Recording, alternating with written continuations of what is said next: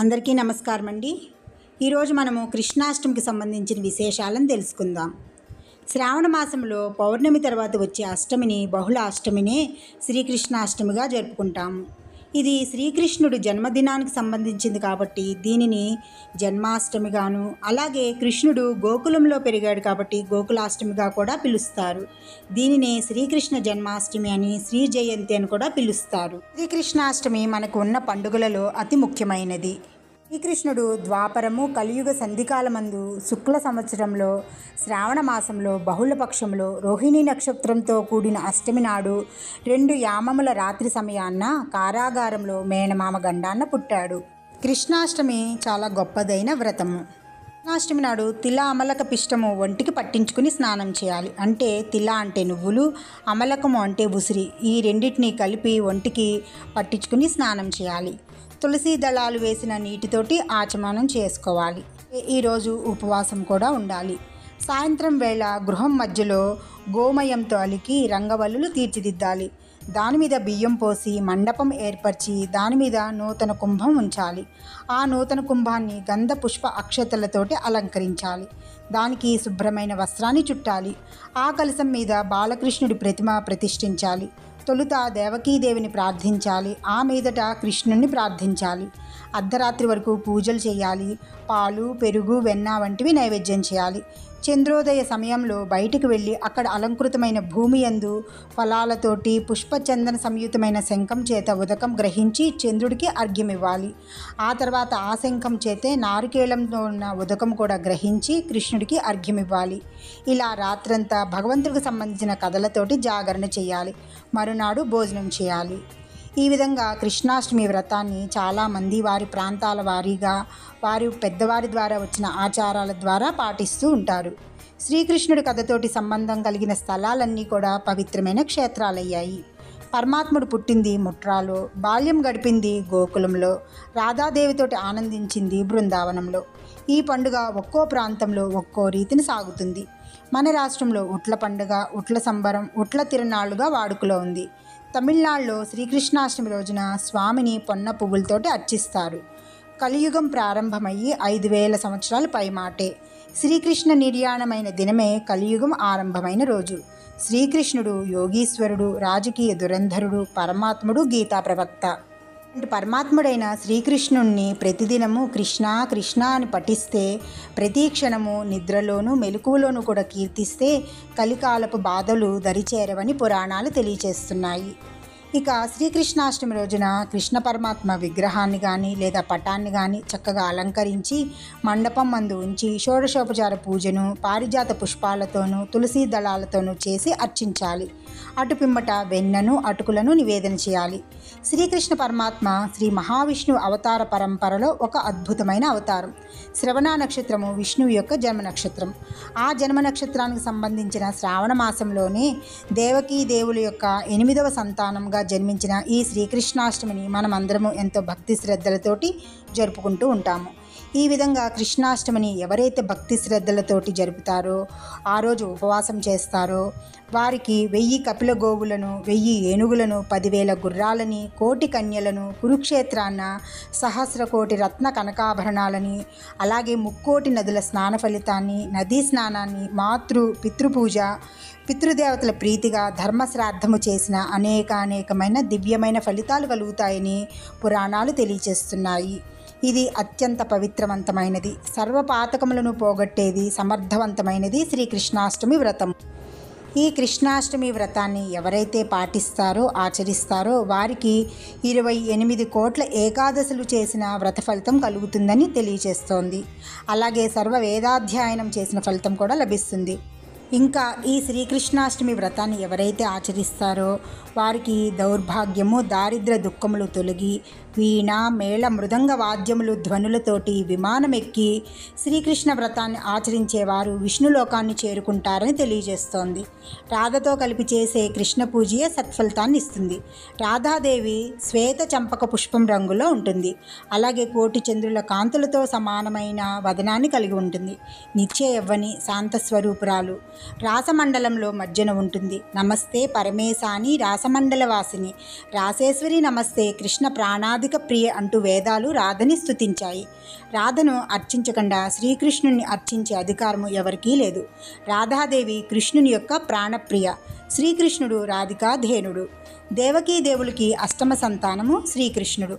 అలాగే భార్యలకు పతియే దైవం. దుష్ట శిక్షణార్థము శ్రీమన్నారాయణుడు దాల్చిన అవతారాలలో శ్రీకృష్ణుడిది 8వ అవతారం. దేవకీ వాసుదేవులకు ఆయన 8వ సంతానం. ఎక్కువ శాతంగా ఆగస్టు నెలలోనే, అంటే 8వ నెలలోనే శ్రీకృష్ణ జయంతి వస్తుంది. కొన్ని సంవత్సరాల్లో మాత్రమే సెప్టెంబర్ నెలలో వస్తుంది. ఇక శ్రీకృష్ణుడికి 8 మంది భార్యలు ఉన్నారని మనందరికీ తెలిసిందే కదా. వారి వివరాలు తెలుసుకుందాం. రుక్మిణి, సత్యభామ, జాంబవతి, కాళింది, మిత్రవింద, భద్ర, నాగ్నజాతి, లక్షణ అనేవారు. శ్రీకృష్ణ భగవానుడి పట్టపురాణులు వీరే. ఈ రాసక్రీడా విహారికి ఈ 8 మంది పట్టపురాణులు. ఈ అష్టమాధవుల ప్రణయమే విశ్వానికే ఆనందదాయకము. వారిలో ఒక్కొక్కరిని ఆయన పెండ్లాడిన తీరు చెప్తూ పోతే ఒక పెద్ద కథే అవుతుంది. రుక్మిణి జాంబవంతునితో పోరాడి సమంతకమణితో పాటు సత్యభామను కైవసం చేసుకున్న కథలకు అధికమైన ప్రాధాన్యత కలిగి ఉంది. ఇప్పుడు శ్రీకృష్ణుడి అష్టభార్యల గురించి తెలుసుకుందాం. రుక్మిణి భీష్ముకుని కుమార్తె. ఈమె విదర్భదేశపు రాజు భీష్మకుడు. ముందుగా ఇతడు తన కుమార్తెని శ్రీకృష్ణుడికే ఇచ్చి వివాహం చేయాలనుకుని నిశ్చయించుకుంటాడు. కానీ భీష్మకుడి పెద్ద కుమారుడు మాత్రం తన సోదరి అంటే రుక్మిణిని శిశుపాలుడికి ఇచ్చి వివాహం చేయాలని చెప్పి నిర్ణయించుకుంటాడు. అందువల్ల కొడుకు మాట కాదనిలేక శిశుపాలుడికి ఇచ్చి వివాహం చేయాలని నిశ్చయించుకుంటాడు. అందుకని వివాహానికి రమ్మని చెప్పని కబురు పంపుతాడు. అయితే రుక్మిణీదేవి ఇందుకు అంగీకరించదు. ఎందుకంటే రుక్మిణీదేవి మొదటి నుంచి శ్రీకృష్ణ భగవానుని ప్రేమిస్తూ అతన్నే పతిగా భావిస్తోంది. శిశుపాలుడితోటి తన పెళ్లి వార్త తెలుసుకుని ఒక బ్రాహ్మణుడి ద్వారా శ్రీకృష్ణుడికి సందేశం పంపుతుంది. ఆమె సందేశం అందుకున్న శ్రీకృష్ణుడు వెంటనే విదర్భకు బయలుదేరి వెళ్తాడు. శిశుపాలుడి వివాహ మహోత్సవానికి జరాసంధుడు, సాళుడు తదితర రాజులందరూ తరలివస్తారు. పెళ్లి రోజున రుక్మిణీదేవి రాచనగరు వెలుపల గల పార్వతీదేవి గుడికి వెళ్తుంది. పూజ ముగించి తిరిగి వస్తుండగా శ్రీకృష్ణుడు తన రథాన్ని తెచ్చి ఆమెను ఎక్కించుకుని ద్వారకకు తీసుకువెళ్తాడు. శ్రీకృష్ణుడు వచ్చిన సంగతి శిశుపాలుడికి తెలుస్తుంది. శ్రీకృష్ణుణ్ణి అడ్డగించేందుకు వచ్చిన శిశుపాలుడిని వారి మిత్రులను యాదవ సేనలు తరిమివేస్తాయి. రుక్మిణి శ్రీకృష్ణుల వివాహము ద్వారకలో యథావిధిగా జరుగుతుంది.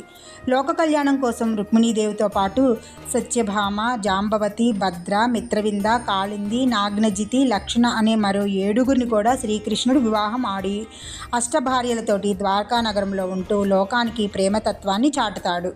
ఇక సత్యభామ గురించి తెలుసుకుందాం. సత్రాజిత్తు కుమార్తె సత్యభామ.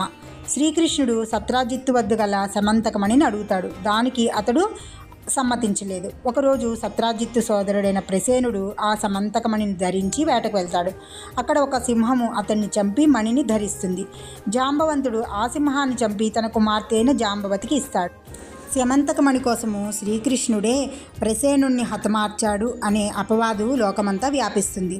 అప్పుడు కృష్ణుడు మణిని అన్వేషిస్తూ జాంబవంతుని గుహలోకి వెళ్ళి ఆ మణిని తీసుకుంటాడు. ఆ సమయంలో జాంబవంతుడికి శ్రీకృష్ణుడికి యుద్ధం జరుగుతుంది. ఈ యుద్ధంలో జాంబవంతుడు ఓడిపోతాడు. అప్పుడు మణిని తీసుకొచ్చి శ్రీకృష్ణుడికి ఇస్తాడు. అప్పుడు శ్రీకృష్ణుడు ఆ మణిని తీసుకొచ్చి సత్రాజిత్తుకి ఇస్తాడు. అప్పుడు సత్రాజిత్తు మణితో పాటు తన కుమార్తెను కూడా ఇచ్చి వివాహం చేస్తాడు. కృష్ణుడు మణిని తిరిగి సత్రాజిత్తుకే ఇచ్చివేస్తాడు. ఇక జాంబవతి. మణి కొరకే తనతో పోరాడిన శ్రీకృష్ణుడి ప్రభావాన్ని గుర్తించిన జాంబవంతుడు తన కుమార్తె అయిన జాంబవతిని కూడా మణితో సహా శ్రీకృష్ణుడికి సమర్పిస్తాడు. అలా శ్రీకృష్ణుడికి జాంబవతికి వివాహం జరుగుతుంది. ఇక 4వ భార్య అయిన కాళింది. ఒకనాడు శ్రీకృష్ణార్జునులు కాళింది నదీ తీరాన విహరిస్తూ ఉండగా ఒక సుందరి వారికి కనిపిస్తుంది. తాను కాళిందినని, శ్రీకృష్ణుని తప్ప వేరే ఎవ్వరిని వివాహం చేసుకోనని చెప్తుంది. అది విని శ్రీకృష్ణుడు ఆమెని పరిగ్రహిస్తాడు, అంటే వివాహం చేసుకుంటాడు. ఇక 5వ భార్య అయిన భద్ర గురించి తెలుసుకుందాం. శ్రీకృష్ణుడి తండ్రి వసుదేవుడు, వసుదేవుడి చెల్లెలు శృతకీర్తి. ఆమె పుత్రిక పేరు భద్ర. మేనత్త కుమార్తెను శ్రీకృష్ణుడు పరిణయం ఆడుతాడు. ఈ విధంగా భద్ర శ్రీకృష్ణుడికి పత్ని అవుతుంది. ఇక 6వ భార్య అయిన నాగ్నజితి. ఈ నాగ్నజితి కోసల దేశానికి అధిపతి అయిన నాగ్నజిత్తుకి కుమార్తె. ఈ నాగ్నజిత్తు దగ్గర 7 వృషభాలు, ఏనుగుల వంటి బలమైనవి ఉన్నాయి. వాటిని నిగ్రహించిన వారికే తన కుమార్తె అయిన నాగ్నజితిని ఇచ్చి వివాహం చేస్తానని ప్రకటిస్తాడు నాగ్నజిత్తు. అప్పుడు శ్రీకృష్ణుడు 7 రూపాలను దాల్చి ఈ 7 ఎద్దులను బంధిస్తాడు. అప్పుడు నాగ్నజిత్తు తన కుమార్తె అయిన నాగ్నజితిని ఇచ్చి శ్రీకృష్ణుడికి పరిణయం చేస్తాడు. ఈ విధంగా నాగ్నజితి శ్రీకృష్ణుడికి భార్యగా వచ్చింది. ఇక 7వ భార్య అయిన మిత్రవింద, ఈమె అవంతి రాజు పుత్రిక, శ్రీకృష్ణుడికి మేనత్త కూతురు. తనని ప్రేమించిన మిత్రవిందని స్వయంవరంలో వరించి శ్రీకృష్ణుడు చేపడతాడు. ఇక 8వ భార్య లక్షణ, ఈమె రుద్రదేశాధిపతి కూతురు, స్వయంవరంలో శ్రీకృష్ణుణ్ణి వరిస్తుంది. ఇలా ఇరువురికి వివాహం జరుగుతుంది. ఈ విధంగా శ్రీకృష్ణుడికి రుక్మిణి, సత్యభామ, జాంబవతి, కాళింది, మిత్రవింద, భద్ర, నాగ్నజితి, లక్షణ అనేవారు 8 మంది భార్యలుగా శ్రీకృష్ణుడికి అష్టభార్యలుగా ప్రసిద్ధి చెందారు. శ్రీకృష్ణుడు బాలకృష్ణుడుగా తన అల్లరి చేష్టలతోటి అందరినీ అలరించాడు. అలాగే పెరిగి పెద్దవాడయ్యి ఎంతోమంది కన్నెపిల్లల హృదయాలను కూడా దోచుకున్నాడు. శ్రీకృష్ణుడు తన అల్లరితోటి, తన అల్లరి చేష్టలతోటి, తన అందంతో అందరినీ మోహానికి గురి చేసేవాడు. శ్రీకృష్ణుడు పరిపూర్ణుడు. అన్ని అవతారాలలో శ్రీకృష్ణ అవతారమే పూర్ణావతారమని ప్రసిద్ధి. అందుకే ఆయన్ని కృష్ణ పరమాత్మ అంటారు. భారతం, భాగవతం గ్రంథాలలోనైనా పండిత ప్రసంగాలలో అయినా కృష్ణుణ్ణి పరమాత్మగానే పిలుస్తారు. శ్రీకృష్ణుడు గోపబాలుడితోటి పందెం వేసుకుని యమునా నదిని ఈదేవాడు.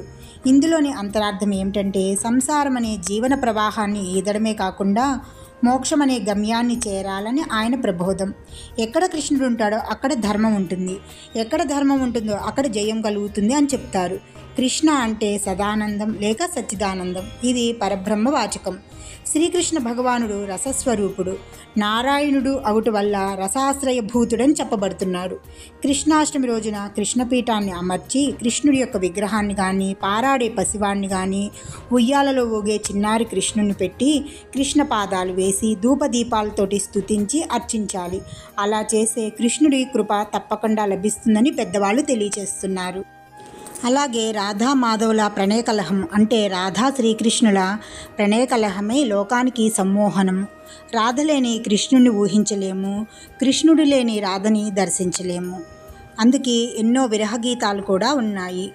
యమునా తటిలో నల్లనయ్యకై ఎదురు చూసెనే రాధ అంటూ ఎన్నో విరహ గీతాలకి పెట్టింది పేరు. ఈ విధంగా రాధా శ్రీకృష్ణులు ఈ లోకానికే తొలి ప్రేయసీ ప్రియులు. అటువంటి ఈ రాధాకృష్ణుల్ని ఈరోజు మనమందరం అర్చించి రాధాకృష్ణుల యొక్క అనుగ్రహాన్ని పొందుదాము.